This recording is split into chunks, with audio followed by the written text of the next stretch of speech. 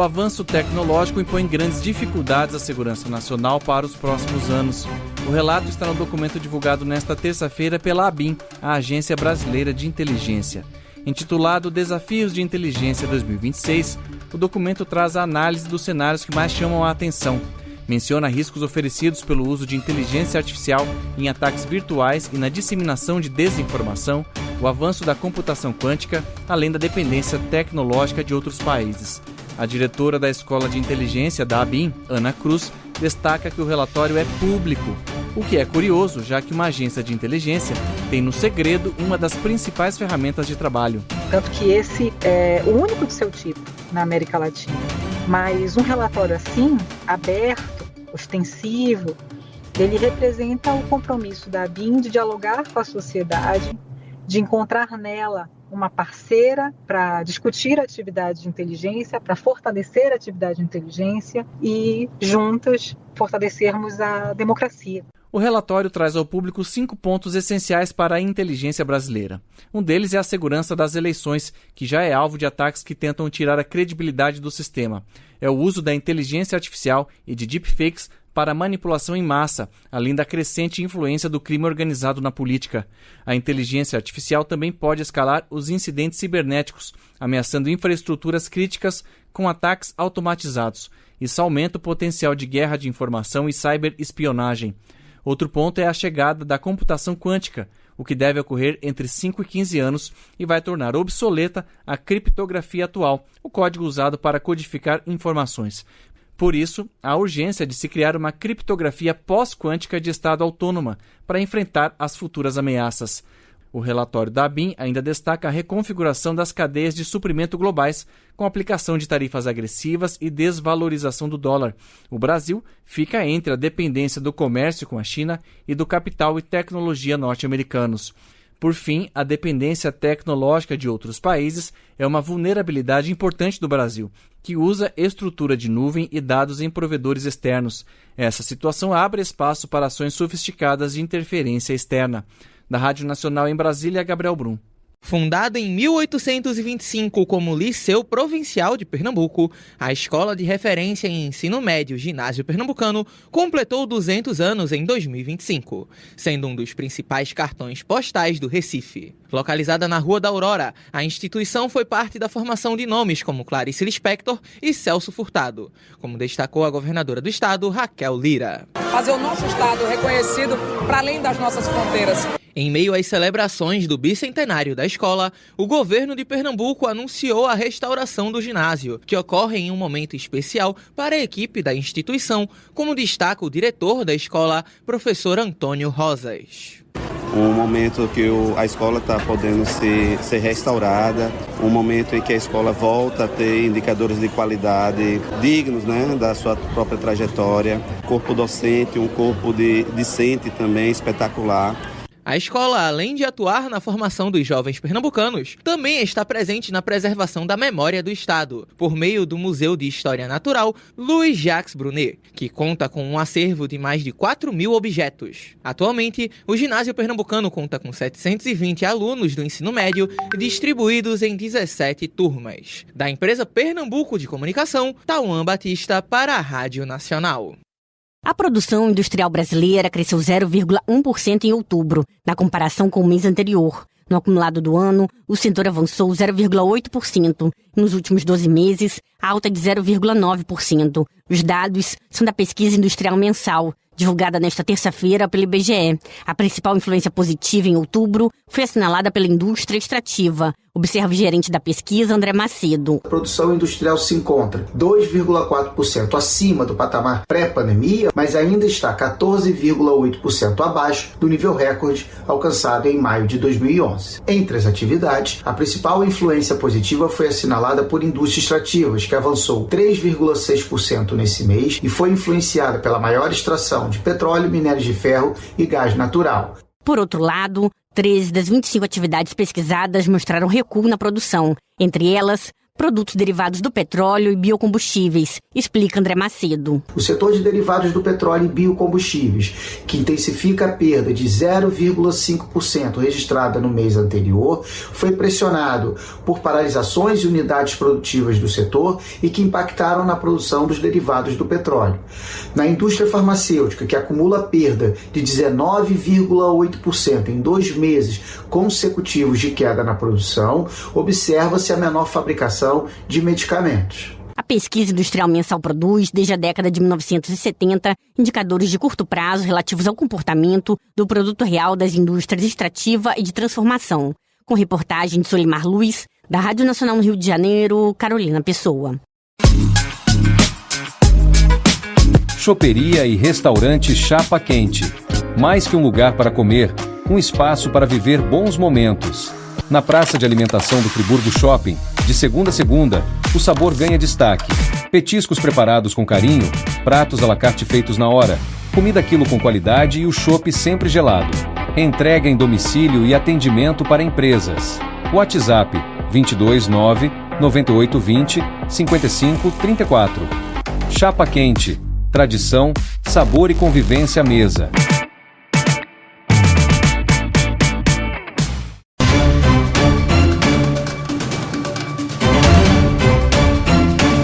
Pelo menos 3 em cada 10 processos de atividades de mineração no país apresentam algum tipo de inconsistência. De um total de 257.591 processos minerários, 95.740 têm problemas com permissão, registro de extração, licenciamento, autorização de pesquisa ou pagamento do imposto por extração. As informações estão no Monitor da Mineração, lançado nesta terça-feira pelo MAP Biomas, que reúne universidades, organizações não governamentais e empresas de tecnologia. A ferramenta consolida dados de mais de 80 anos de processos da Agência Nacional de Mineração e permite o cruzamento com o histórico da área minerada, a partir de mapas anuais de cobertura e uso da terra no Brasil. O coordenador da equipe de mineração do MAP Biomas, César Diniz, explicou que o levantamento reúne e organiza dados dispersos, destaca situações atípicas e apresenta as informações de forma clara,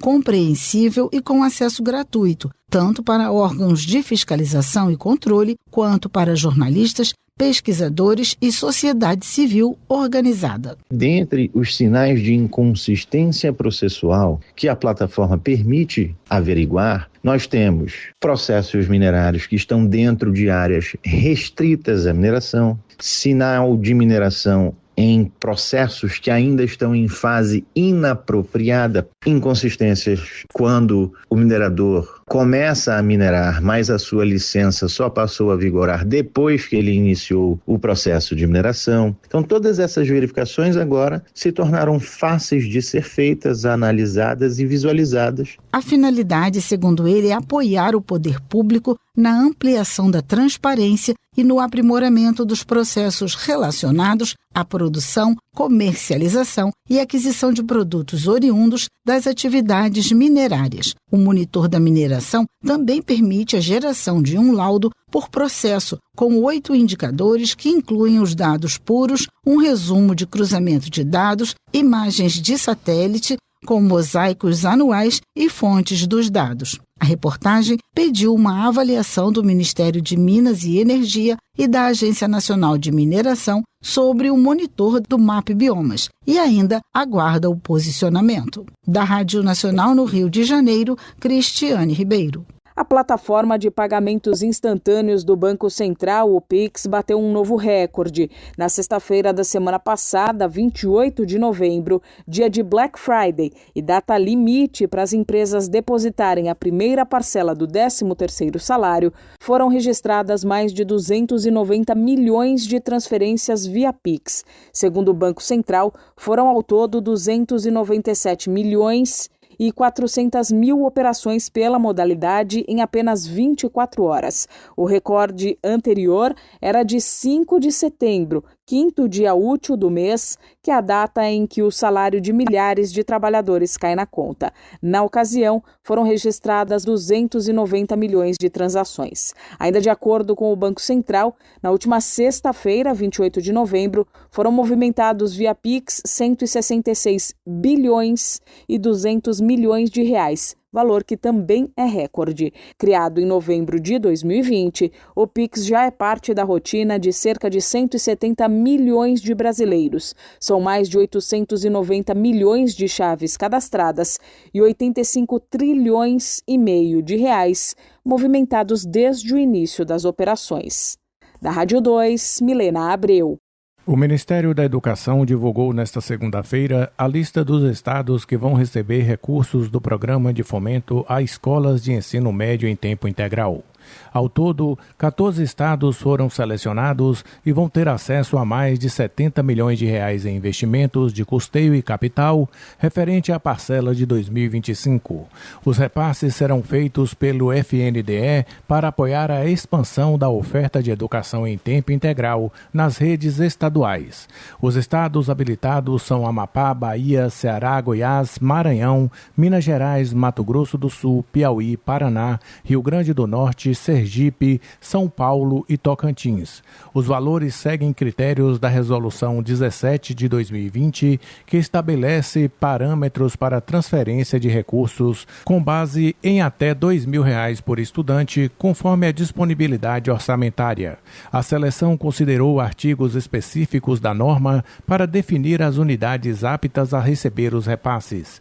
O programa de fomento, criado em 2016 e hoje regulamentado pela Portaria 2116 de 2019, tem como objetivo ampliar a oferta de ensino médio integral nas redes estaduais e no Distrito Federal. A iniciativa é executada pela Secretaria de Educação Básica do Ministério da Educação e transfere recursos diretamente para as secretarias de educação, incentivando a expansão do tempo integral e a melhoria das condições de aprendizagem. Da Agência Rádio Gov em Brasília, Claudimário Carvalho. Reúna os amigos e a família e vá ao Bona Pizza. O funcionamento é de segunda a segunda até às 10 da noite. Localizado na praça de alimentação do Friburgo Shopping, o Bona Pizza oferece pizzas doces e salgadas, lanches rápidos, sucos e refrigerantes. Bona Pizza do Shopping da Praça. Telefone com WhatsApp 2523 3025. 2523 3025.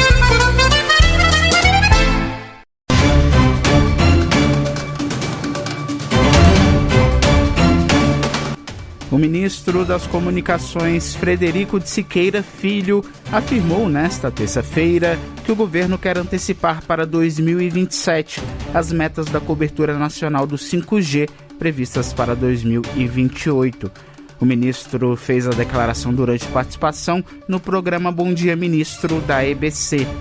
Atualmente, mais de 2.000 cidades contam com infraestrutura 5G já presente em 100% das capitais.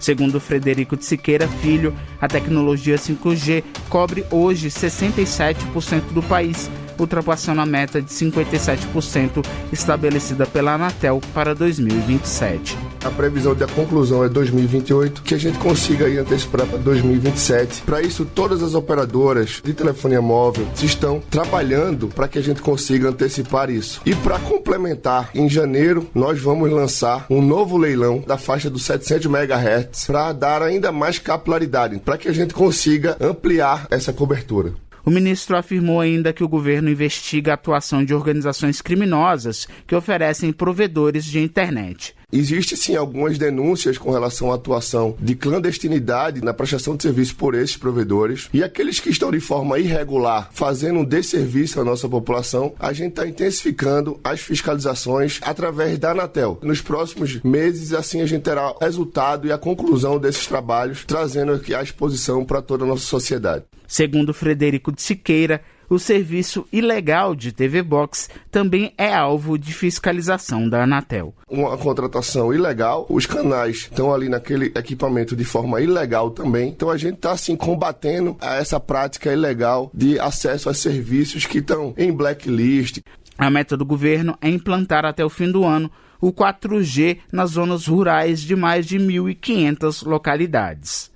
Da Rádio Nacional em Brasília, Renato Ribeiro. 7 em cada 10 mulheres que sofreram violência doméstica no Brasil tiveram a rotina alterada depois da agressão. É o que mostra a edição de número 11 da Pesquisa Nacional de Violência contra a Mulher, realizada pelo Data Senado e pela Nexus. O levantamento foi feito em parceria com o Observatório da Mulher. Foram ouvidas 21 mil mulheres em todo o país e mais de 40% delas tiveram impacto no trabalho ou estudo devido às agressões. No geral, 69% das mulheres que já sofreram violência doméstica relataram que o dia a dia foi alterado depois da violência. Esse índice equivale a 24 milhões de brasileiras e mais, 68% afirmaram que houve impacto também nas relações sociais. 46% relataram que o trabalho remunerado foi atingido e 42% disseram que tiveram os estudos impactados. A pesquisa aponta também que é 3 vezes mais comum mulheres fora do mercado de trabalho sofrerem violência doméstica em comparação com as brasileiras empregadas. Outro dado é que 66% das que já sofreram agressões recebem até 2 salários mínimos. Da Rádio 2, Fabiola Altran. A produção industrial brasileira variou 0,1% em outubro na comparação com setembro, segundo a pesquisa industrial mensal do IBGE. No mês anterior, o setor havia recuado 0,4%. Com o resultado, a indústria está 2,4% acima do nível pré-pandemia, mas ainda 14,8% abaixo do recorde de 2011. Segundo a pesquisa, a principal influência positiva veio das indústrias extrativas, que cresceram 3,6% em outubro, impulsionadas pela maior extração de petróleo, minério de ferro e gás natural. Também houve avanço nos setores de produtos alimentícios, veículos automotores, produtos químicos, informática e eletrônicos e vestuário. Entre as quedas, os destaques apontados foram derivados do petróleo e biocombustíveis, com retração de 3,9%, e a indústria farmacêutica, que caiu 10,8%. Impressão e reprodução de gravações de produtos do fumo também tiveram reduções. A pesquisa aponta ainda que, nas grandes categorias econômicas, houve crescimento em bens de consumo duráveis, bens de capital e bens de consumo semi- e não duráveis. Bens intermediários foram a única categoria em queda. Na comparação com outubro de 2024, a produção industrial caiu 0,5%, com recuos em 3 das 4 grandes categorias e em 15 dos 25 ramos pesquisados. Da Agência Rádio Gov em Brasília, José Carlos Andrade. A CGU demitiu o ex-chefe da Receita Federal, que teria atuado para liberar as joias sauditas recebidas pelo então presidente da República, Jair Bolsonaro. A decisão veio após processo administrativo disciplinar e foi publicada no Diário Oficial da União desta segunda-feira. Júlio César Vieira Gomes foi demitido do serviço público por usar o cargo para tirar proveito pessoal ou de outra pessoa. Júlio César comandou a Receita Federal entre 2021 e 2022. Ele foi acusado de pressionar servidores da instituição para liberar joias que ficaram retidas no controle do aeroporto de Guarulhos. O caso foi investigado pela Polícia Federal, que apontou a possibilidade de desvios de quase 7 milhões de reais. Nesse inquérito, o ex-chefe da Receita e o ex-presidente estavam entre os indiciados. Com a demissão, Júlio César está impedido de ser nomeado para cargo público pelo período de 5 anos. Com informações da Agência Brasil, da Rádio Nacional em Brasília, Gabriel Brum. Você sabia que a internet aumentou o alcance das emissoras de rádio? Além de poder ouvir nossa rádio em sua casa, trabalho e no carro, através de seu smartphone, você pode nos ouvir também em qualquer cidade, estado ou país. Basta baixar e instalar o aplicativo Radiosnet em seu celular ou tablet. É de graça. O Radiosnet está disponível para Android e iOS no site radiosnet.com.